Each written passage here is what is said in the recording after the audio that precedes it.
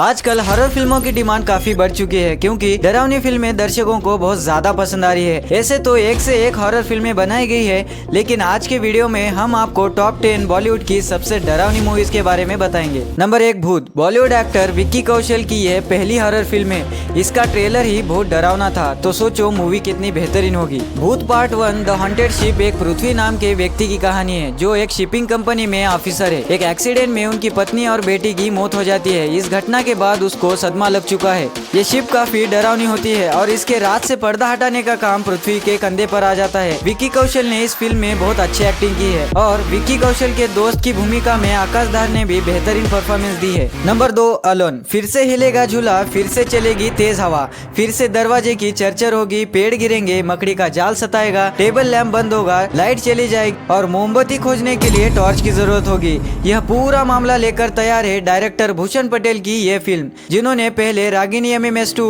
1920 civil returns सी horror फिल्में बनाई है। ये कहानी दो जुड़वा बहनें संजना और अंजना की है, जिनके शरीर को अलग कर दिया जाता है और उन दोनों का प्यार एक ही होता है, कबीर। जब दो लड़कियां एक ही लड़के को पसंद करती है तो चाहे वो कोई भी रिश्ता हो वो टूट ही जाता है, भले ही वो दो सगी और जुड़वा बहनें ही क्यों ना हो। इसके आगे की कहानी आपको मूवी देखने के बाद ही समझ आएगी।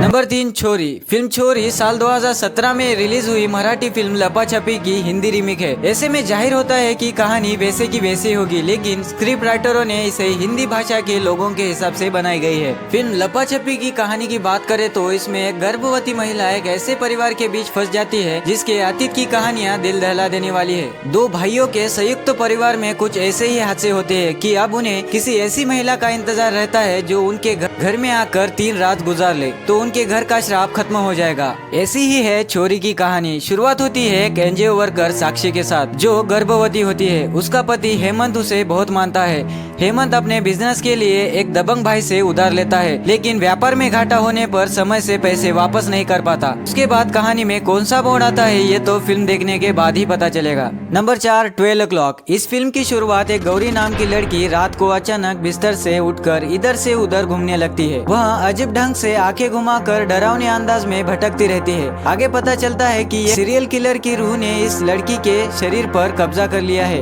अब ये जाहिर है कि तांत्रिक की एंट्री होगी, मनोचिकित्सक की पनाह ली जाएगी, डॉक्टर को दिखाया जाएगा। जब ये सारे हाथ खड़े कर देते हैं तो लड़की का पिता यह बताने थाने पहुंच जाता है। शहर में जो हत्याएं हो रही है उसकी बेटी कर रही है। बताने की जरूरत नहीं है कि थाने का इंचार्ज वही इनकाउंटर स्पेशलिस्ट है जिसने 2 साल पहले सीरियल किलर का सफाया कर दिया था। कहानी पहले भी बिना बात के गोल गोल घूम रही थी, आगे भी इसी तरह घूमती हुई क्लाइमैक्स पर पहुंच जाती है। नंबर 5, 1920। विक्रम भट्ट द्वारा लिखित और निर्देशित 2008 की भारतीय हिंदी रहस्यमय हॉरर फिल्म है। कहानी 1920 में एक हॉन्टेड घर में रहने वाले एक मैरिड कपल के आसपास की घटनाओं के इर्द गिर्द घूमती है। 1973 की हॉरर फिल्म द एग्जॉर्सिस्ट से प्रेरित होकर यह 1920 फिल्म की पहली पार्ट है जो एक बहुत बड़ी सफलता थी। 1920 के तहत फिल्म तेलुगु में भी डब किया गया था।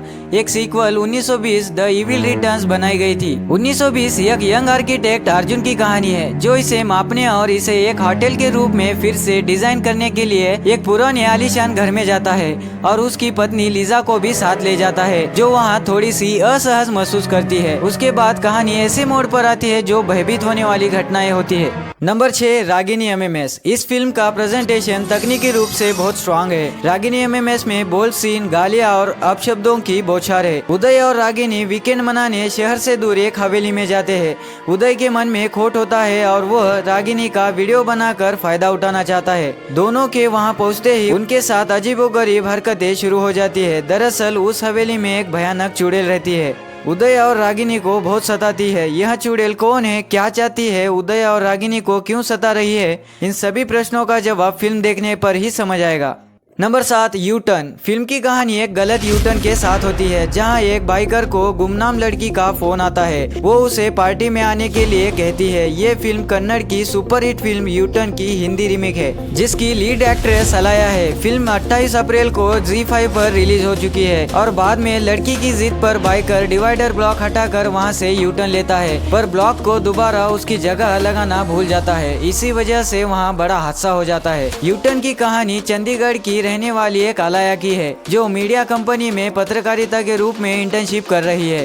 राधिका उन लोगों पर रिसर्च कर रही है जिनकी मौत एनटीपीसी फ्लाईओवर पर यू टर्न लेने से होती है, क्योंकि कुछ साल पहले इसी फ्लाईओवर पर राधिका के भाई की मौत हो जाती है। नंबर 8, यात्री कृपया ध्यान दें। यह एक सस्पेंस थ्रिलर फिल्म है जिसकी कहानी 30 वर्षीय सुमित पर आधारित है। इस फिल्म में देखा जाएगा कि सुमित सुनसान पहाड़ी सड़क पर ट्रैवल करते हुए अपने घर लौट रहा है। इसी बीच उसकी मुलाकात एक नंदिता नाम की लड़की से होती है जिसकी कार खराब हो जाती है। जब सुमित उस लड़की को देखता है तब अपनी नई कार में उसे लिफ्ट देता है। धीरे धीरे कहानी आगे बढ़ती है, फिर चौंकाने वाली घटनाएं होती है। इस फिल्म की कहानी काफी दिलचस्प है। Number 9, the Y. फिल्म की शुरुआत एक जोड़े से होती है जो शादी के बाद एक बंगले में रहने आते हैं। यहाँ पर अजीबोगरीब घटनाएं शुरू हो जाती है। बंगले की रखवाली कर रहा एक आदमी पहले ही चेतावनी देता है कि इस बंगले में भूत है, लेकिन वो दोनों नहीं मानते। उसे लगता है कि उसकी बीबी को मानसिक बीमारी है। उस बंगले में जो भी आता है वो भूत के डर से भाग जाता है।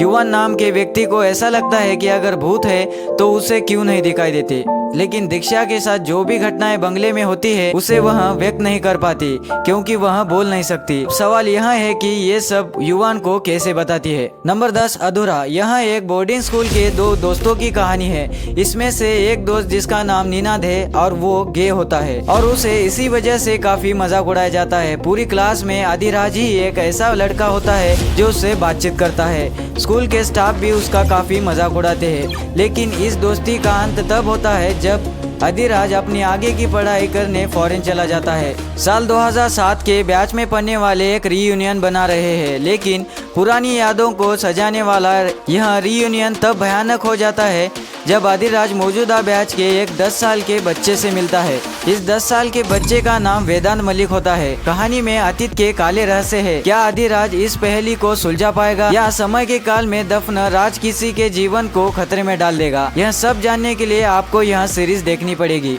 तो आज के लिए इतना ही। आई होप कि ये वीडियो आपको अच्छा लगा होगा। ऐसे ही मूवीज और वेब सीरीज के रिव्यू के लिए हमें कमेंट करके जरूर बताना।